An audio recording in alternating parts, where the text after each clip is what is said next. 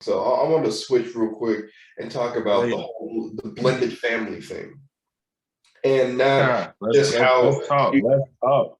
I want to go there because talk about experiences when you are with somebody who is not of your culture. So even like when two black people meet and they're of different culture, you know, that to me is something that speaks volumes.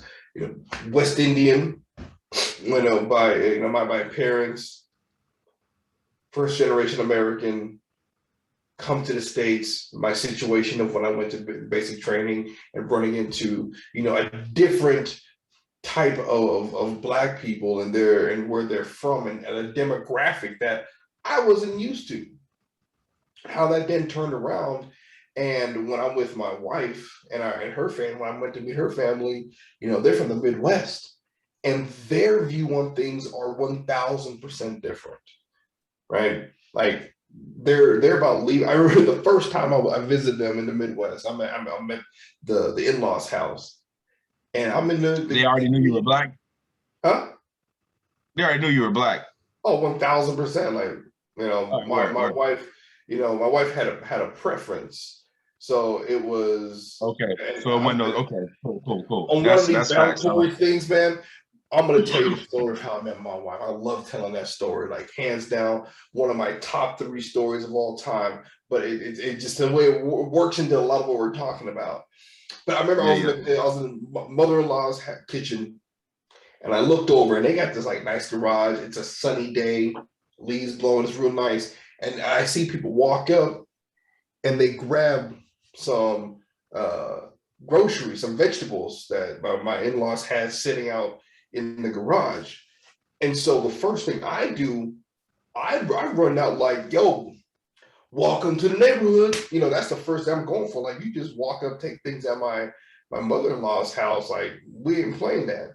But my wife was like, oh no, we do grocery exchanges. Like, if people need something, the house is on the list that they can come and pick stuff up or something like that. And I was baffled that you just let somebody, a stranger, Excuse walk up into your excuse me. house. Hold on. I need you to back all the fuck the way up. We got it. They go, what the fuck did you just okay, I'm gonna tell you the only closest thing I heard, and this I think this is rumor, but you know how they used to say Canadians leave never lock their doors and stuff like that in certain parts of Canada. It's Dude, what the hell did you just say to me, bro? it's a Midwestern thing, and I was so uncomfortable with how comfortable everybody was with that. All You know what right, I'm you're saying? like, what the fuck is going on here? Like it was different, but at the same time, it was a shock because my wife, like, we met here in Texas, and so she like all she knows is how I am here, and I'm gonna lock the doors. I'm a gun owner, so I'm all about it. You know what I'm saying? I make sure there's a knife on the way to the door. If something happens, I have, and in no way am I some secret ninja, but I am definitely gonna fight for what I got. Yeah. So I remember when the in-laws come down, and like I said, I barely know my neighborhood. I know neighbor here, I know neighbor here. I say hi here and there.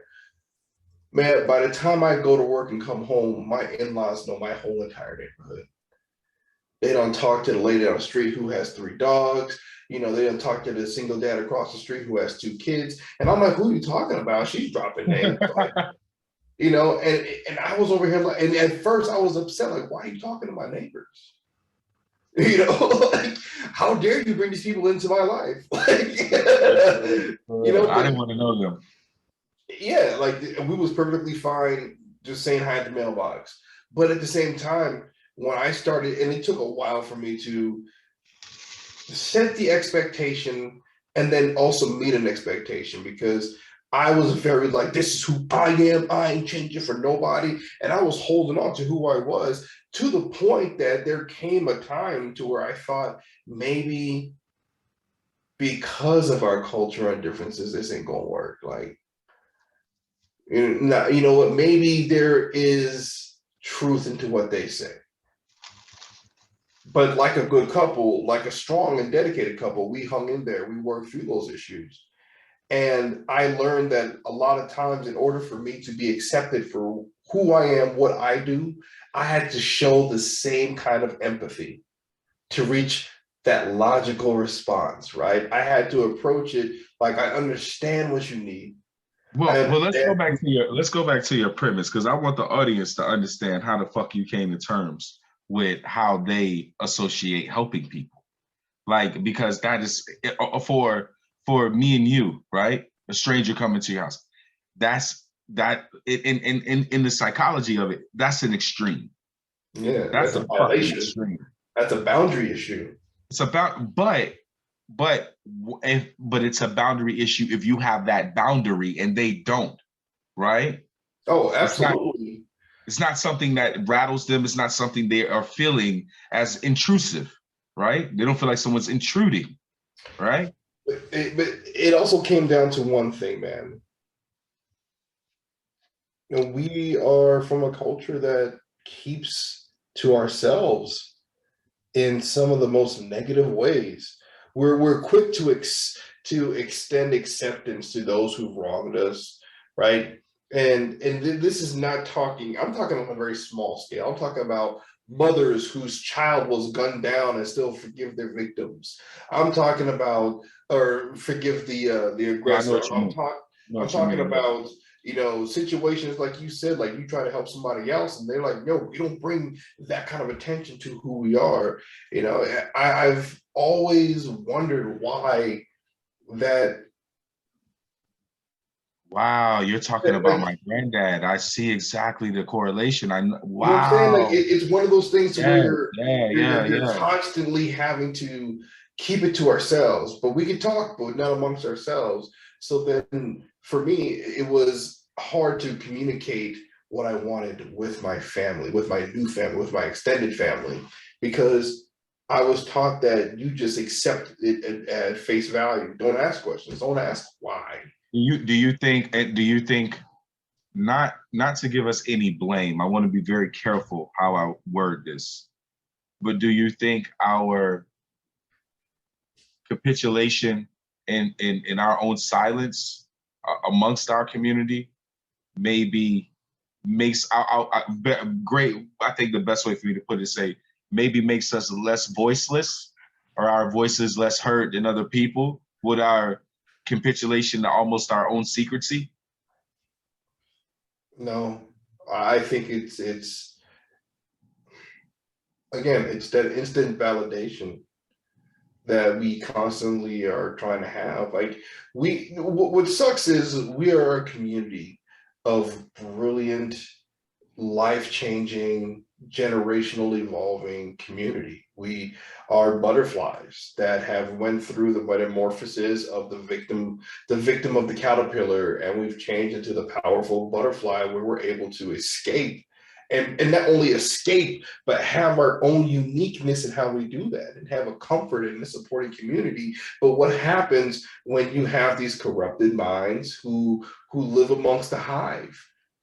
It's okay to have a Republican who's as dark as me, but speaks as proper as the next English major,